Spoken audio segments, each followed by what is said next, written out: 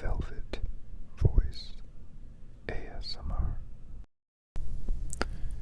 Hello, and welcome back. I've been expecting you. I understand. You're having trouble sleeping. I think I might be able to help with that. I just so happen to have a book that is pretty long, and I think it might put you to sleep. What do you say? It's worth a shot. Perfect. Alright. The book I have today is George R. Martin, A Feast for Crows. Yeah, you haven't read this one? Excellent. Okay, let's get into it.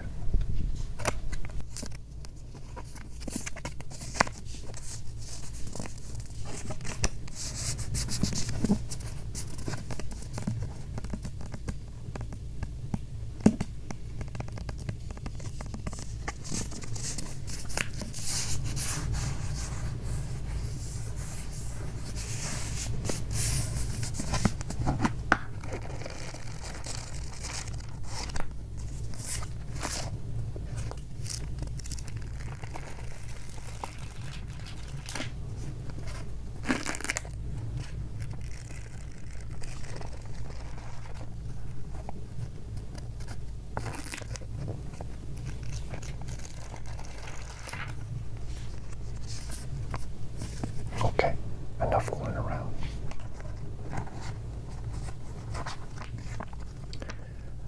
Let's start with,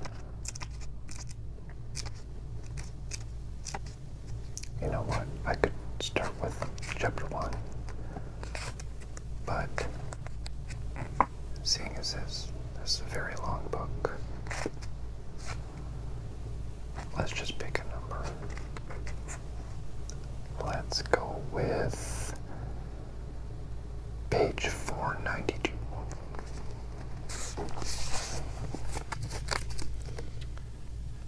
Still, it was an ill way to break her fast, and Circe's day did not soon approve. She spent the rest of the morning with Lord Giles and his ledger books, listening to him cough about stars and stags and dragons. After him, Lord Waters arrived to report that for the first 3 Drummonds were nearing completion and begged for more gold to finish them in the splendor they deserve. The Queen was pleased to grant him his request. Moonboy capered as she took her midday meal with members of the merchant guilds and listened to them complain about sparrows wandering the streets and sleeping in the squares. I may need to use the gold cloaks to chase these sparrows from the city, she was thinking, when Pyseal intruded. The Grand Meister has been especially querulous. I'm going to assume that's the word. In council of late.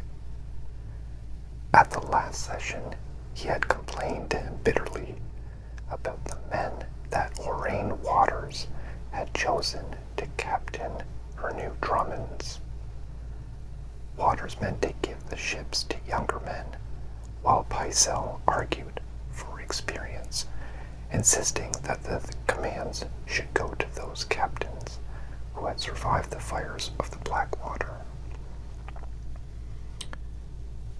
I have no idea what's going on either. I don't know. I can see you're falling asleep. Do you want me to keep? Okay. The only thing these captains proved was that they know how to swim. She'd said, no mother should outlive her children, and no captain should outlive his ship. Pycelle had taken the rebuke with ill grace. He seemed less choleric today, and even managed a sort of tumultuous smile. "Your Grace, glad tidings," he announced. "Wyman Manderley has done as you commanded and beheaded Lord Stannis's Onion Knight. The man's head and hands have been mounted above the walls of White Harbor. Lord Wyman avows this, and the phrase confirm. They have seen the head there, with an onion in its mouth, and the hands, one marked by his shortened fingers." "Very good," said Cersei. "Send a bird to Manderley and inform him that his son will be returned forthwith, now that he has demonstrated his loyalty. White Harbor would soon return to the king's peace, and Roose Bolton and his bastard son were closing in on the Moat Cailin from south and north. Once the moat was theirs, they would join their strength and clear the Iron Men out of Torrens Square and Deepwood Moat as well." You're closing your eyes. It's okay. No. I'll keep going. To the south, meanwhile, Mace Tyrell had raised a city of tents outside Storm's End and had 24 man-gonels flinging stones against the castle's massive walls. Thus far, to small effect. Lord Tyrell, the warrior, the Queen mused. His sigil ought to be a fat man sitting on his arse. I saw that smile. I saw it smile. That afternoon, the dour doer, Bravosi envoy turned up for his audience. Cersei had put him off for a fortnight, and would have gladly put him off another year. But Lord Giles claimed he could no longer deal with the man, though the Queen was starting to wonder if Giles was capable of doing anything but coughing. Noho Dimitis, the Bravosi named himself, an irrigation name for an irritating man. His voice was irritating too. Cersei shifted in her seat as he went on, wondering how long she must endure his hectoring. Behind her loomed the Iron Throne. Yeah, that's that chair. Yep.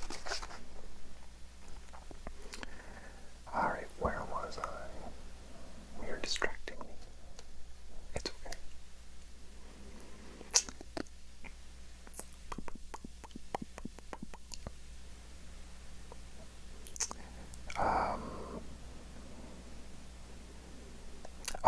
It's barbs and blades throwing twisted shadows across the floor.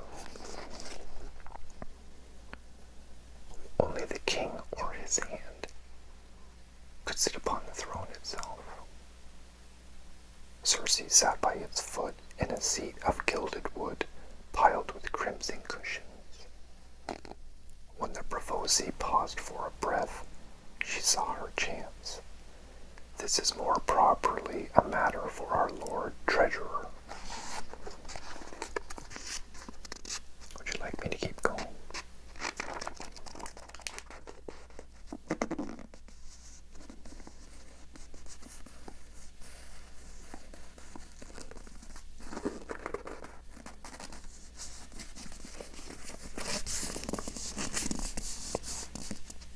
Is that making you fall asleep more? Okay, I'll stop.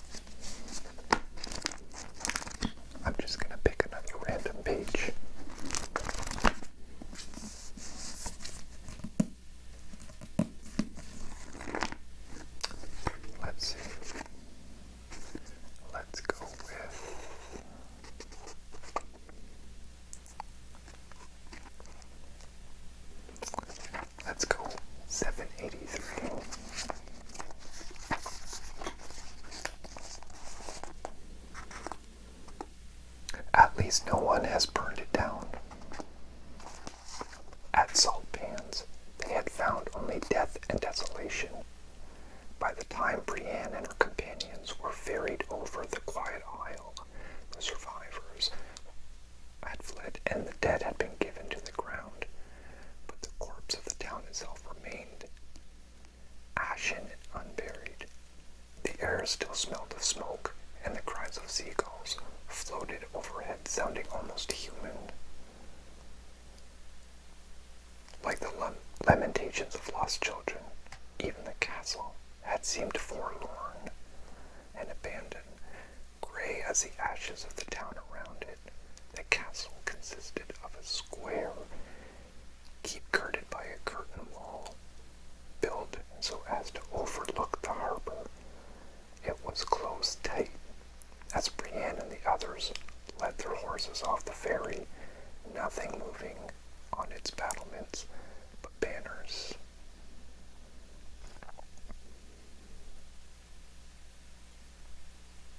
Are you still awake? I got one eye open. Okay. I'll just read the rest of this page. Okay. It took a quarter-hour of dogs barking and Septon Maribold knocking on the front gate with his quarterstaff before a woman appeared above them to demand their business. By that time, the ferry had departed and it had begun to rain. "I am a holy Septon, good lady," Maribald had shouted up, "and these are honest travelers. We seek shelter from the rain and a place by your fire for the night." The woman had been unmoved by his appeals. "The closest inn is at the crossroads to the west," she replied. "We want no strangers here. Be gone." Once she vanished, neither Maribald's prayers, dog's barks, nor Sir Hyles' curses could bring her back. In the end, they had spent the night in the woods beneath a shelter made of woven branches. And I think that did it.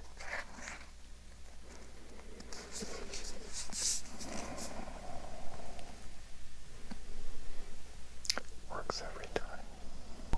Thank you so much for watching. I just want to say a big thank you to everyone who has supported the channel within the past day or so. I am a new, very, very new channel, and the amount of comments, likes, and subscribers is just amazing to see, especially with such a new channel. So thank you to everyone who is supporting this channel, and as always, please stay tuned for plenty more content. If you have any other content you'd like me to